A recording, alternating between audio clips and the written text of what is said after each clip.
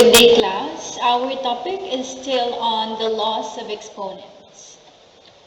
So our objective for today is to apply the laws of exponents for multiplication and division. Okay, so we discussed already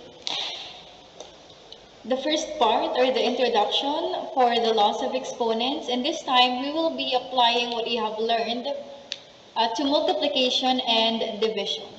So let us start first with the laws of exponents for multiplication. So we have here, the first one is what we call the product rule. So it states that for any non-zero real number a and for any positive integers m and n, in this form, a raised to m times a raised to n is equal to a raised to m plus n. So basically, product rule states that if we have here the same base, as you can see, we have the same base a, which are being multiplied with different exponents. We have here m and n. Just make sure that they are positive.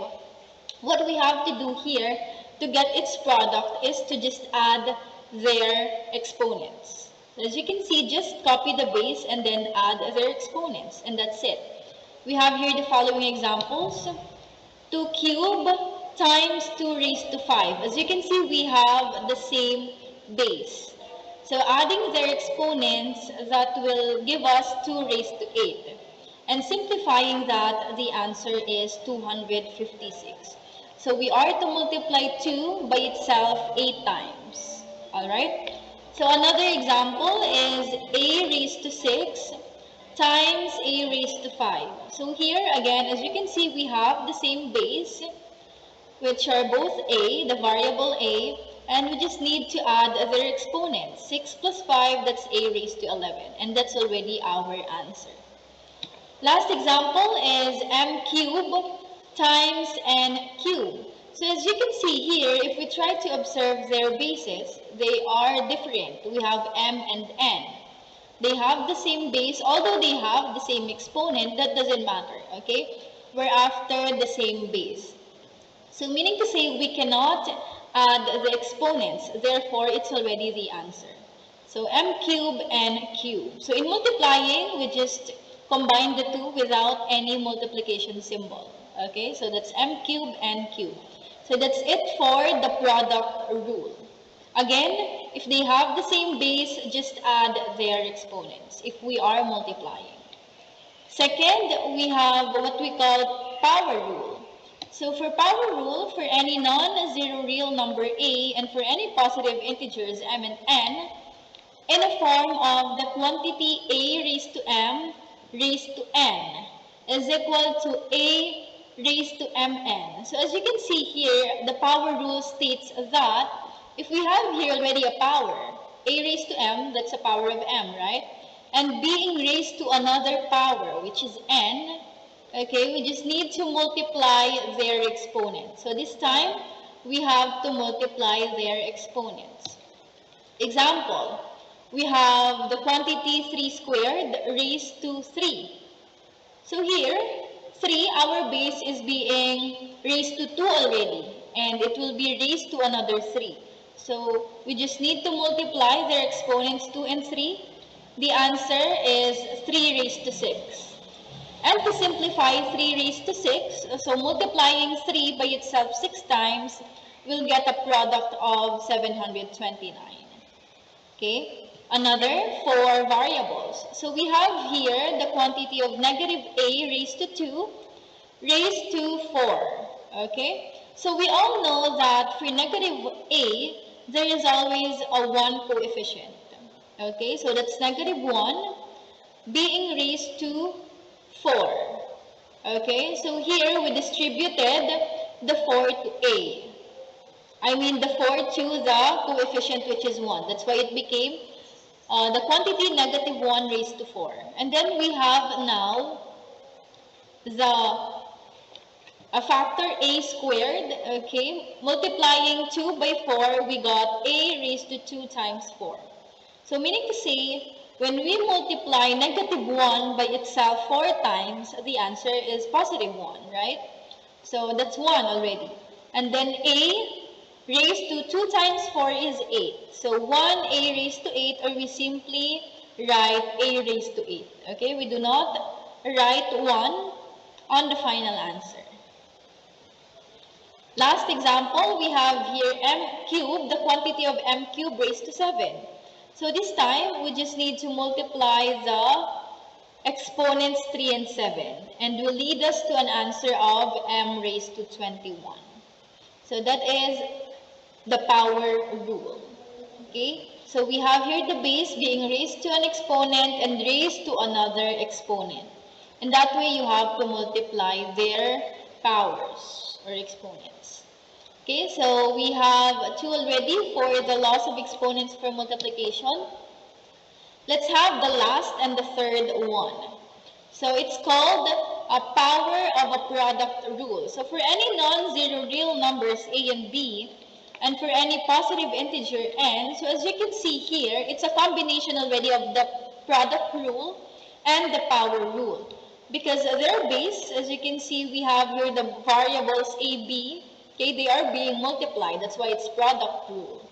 And they are raised to n, or to a power. Okay, so the quantity a, b raised to n, the answer to that is a raised to n, b raised to n. So basically, class, for the power of a product rule, we just distribute the exponent to each of our base inside the parentheses. Okay, so again, we distribute it. So we have a raised to n, b raised to n. Let's have examples. We have the quantity 4ab raised to 2. So we have here a constant or a numerical coefficient 4 and 2 variables. So here distributing the exponent to each of our base is 4ab. So we have to distribute 2 by 4a and b. So our answer is 4 squared times a squared times b squared. And to simplify that, 4 squared, 4 times 4 is 16, a squared, b squared. We'll just combine them. Okay? Without putting a parenthesis on the final answer. Last example for the power of a product rule. We have the given negative a cube b, the quantity of negative a cube b raised to 5. So here we also have 3, okay? One numerical coefficient, which is negative 1, because we have 1 here. And then a cube and b, okay? So here, as you can see, negative 1 is being raised to 5. We have to, again, distribute the 5 to each of the factors, or to each of the base, okay? And our a cube here, it's already the power rule, right? We have here a being raised to 3 and raised to another 5. And lastly, b raised to 5. So distributing that, let's just simplify this. Negative 1 raised to 5, that is negative 1. Okay, and we do not put 1 anymore here on the final answer. So just negative, that's our sign. A cube raised to 5, we all know that it's power rule, so we have to multiply their exponents. So the answer is a raised to 15. And then bring down b5. So that is for the power of a product rule. It's a combination of the product rule as well as the power rule.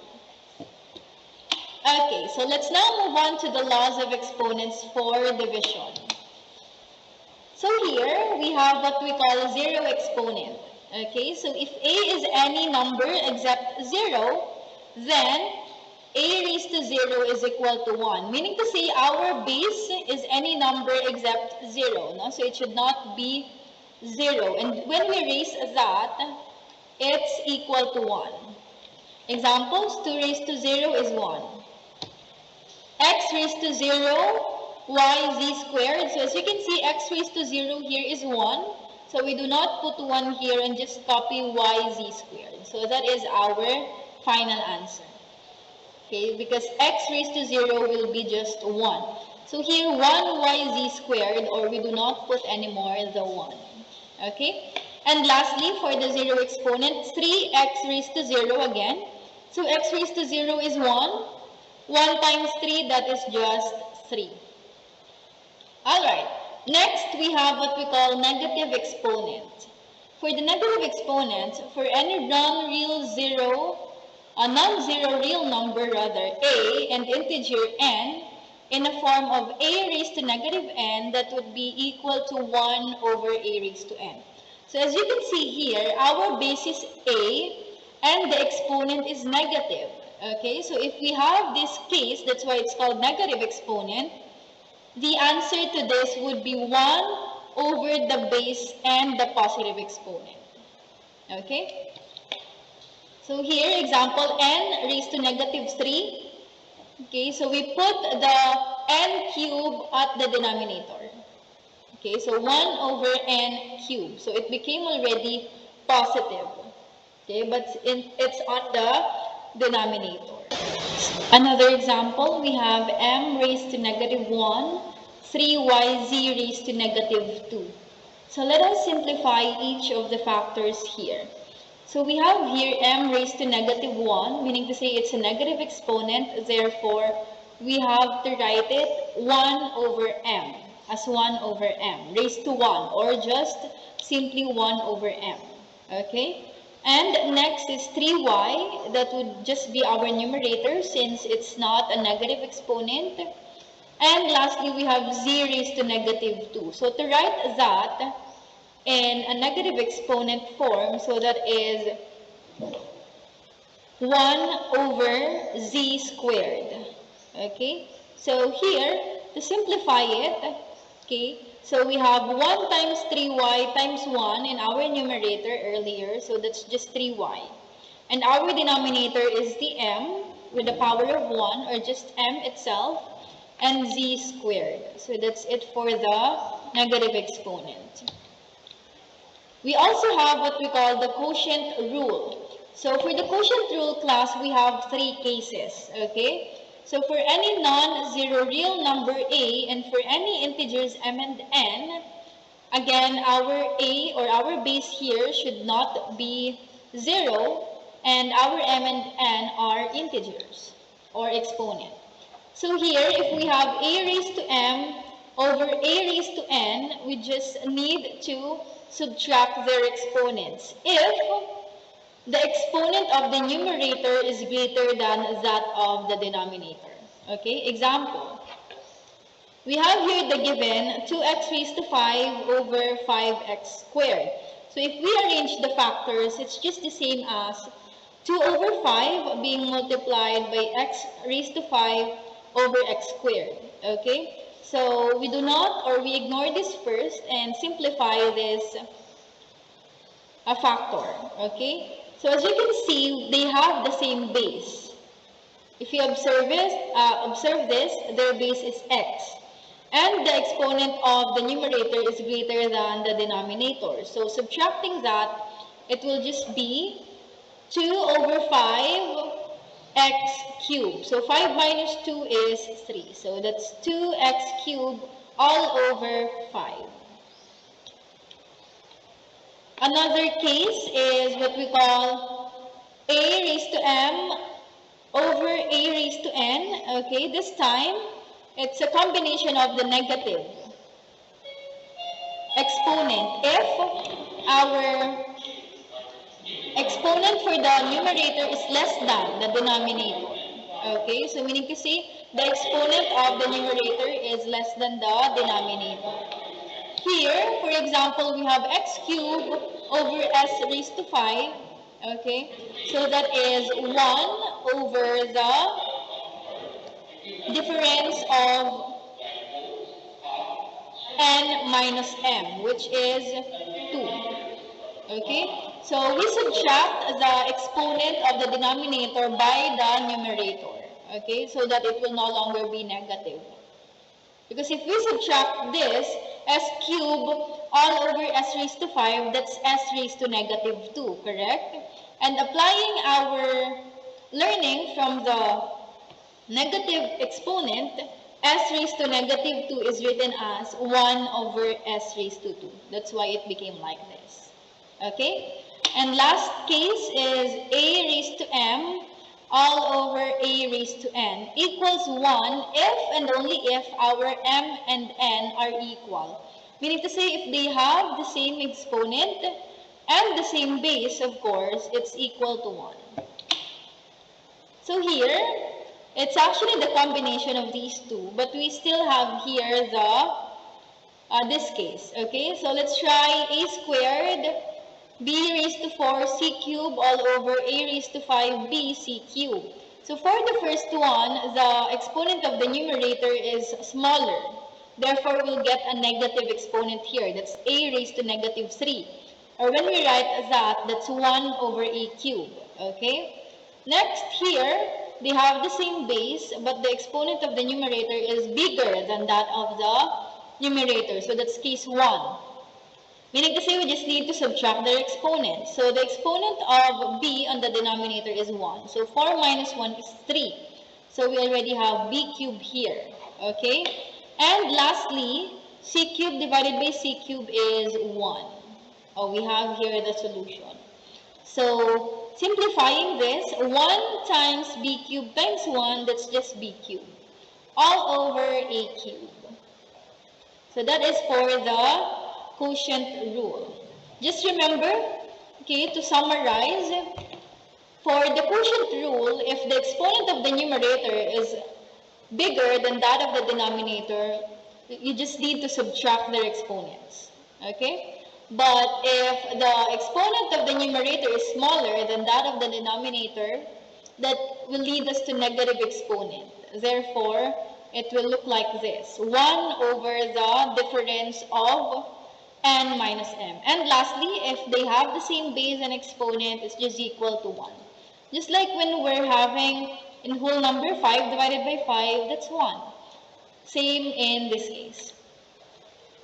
Lastly, for our power of a quotient rule, okay? So this time, we have for any real numbers a and b with b should not be equal to 0. Our denominator should not be equal to 0 because it will be undefined, okay? And for any integer exponent or n. So here, just like in the power of a product rule, we distribute, okay, the exponent to each of our numerators and denominators. Okay, the dividend and the divisor. So it will now be a raised to n all over b raised to n. Example, we have the quantity of negative 4d squared all over b cubed. So in this case, okay, we have already here a power, right, being raised to a power. So distributing that, it would look like this. Quantity of negative 4d squared raised to 3. Okay, and the denominator also, we have to distribute 3 to b cubed. So it will be like this. The quantity of b cubed raised to 3. So we apply there the power of a quotient rule. Okay, here, so we rewrite this one here so that we can simplify. Okay, simplify using the power rule and the power of a product rule.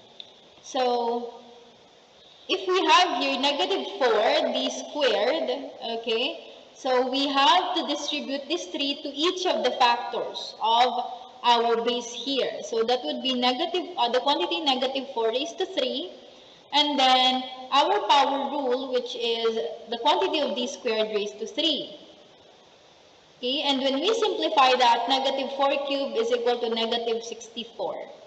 And d squared times 3, if you still remember, we have to multiply their exponents. So 2 times 3, that's 6. And on our denominator, it's just the same as this, power rule also. B cubed raised to 3, so multiplying their exponents, it's b raised to 9. Therefore, our final answer is negative 64 d raised to 6 all over b raised to 9. Okay, so I know that there are several rules, but you just need to practice for you to master it. Okay, so for your assignment, please do this 10 items. It's for A and B. It should be B.